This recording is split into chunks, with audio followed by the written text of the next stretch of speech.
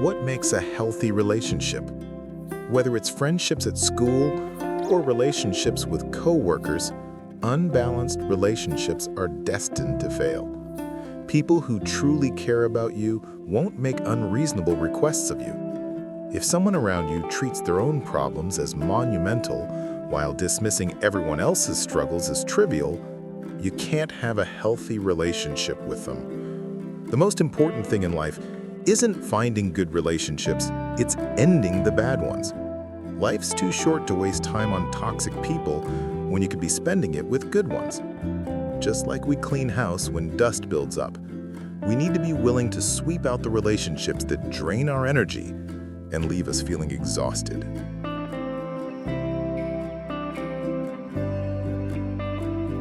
One phrase that determines your day. The moment you wake up in the morning, you need to give your brain a gentle nudge by saying, "Today's gonna be a good day." We have consciousness, subconsciousness, and self-image. And our subconscious mind is constantly listening to what our conscious mind is saying. If you say things like, "Ugh, I don't want to get up," or "Today's probably going to suck," you'll actually end up having a crappy day. That's because you just programmed your subconscious to make it happen.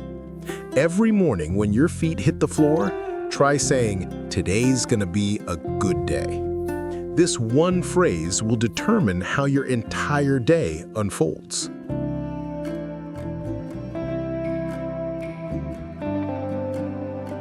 The conditions of happiness. The purpose of our lives is lasting happiness. People live under the illusion that achieving something, whether it's money, fame, or success, will make them happy. But the happiness that comes after reaching a goal is temporary, and you can easily fall back into the pain of loss and unhappiness at any time. True happiness comes when you're willing to let go of expectations and attachments. Without expectations, there's no disappointment. Without attachments, there's no misery. Accept the truth that everything will eventually leave you. Don't drive yourself crazy chasing goals. Life becomes unhappy because we compare ourselves to others, live with regret, and feel ashamed. Nothing is worth losing your peace of mind and happiness over.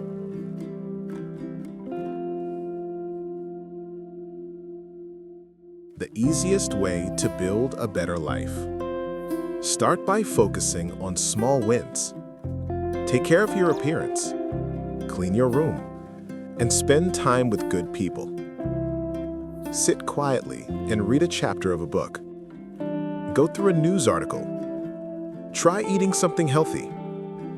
That's how you begin to build trust with yourself. And you keep repeating that process of building self-trust. At some point, you'll realize, I can actually do everything I want to do, because you've started to believe you can. Learn to trust yourself by doing the small things well. How you do the little things is how you'll end up doing the big things too.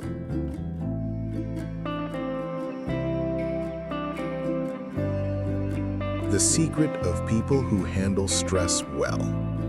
Whenever something annoying happens at work, whether you run into a rude customer, lose an important contract, or miss out on a promotion, in that very moment of stress, just say this simple phrase to yourself: let it be. So what if the boss is in a bad mood? Let a colleague steal the credit if they want. Let the customer act rude.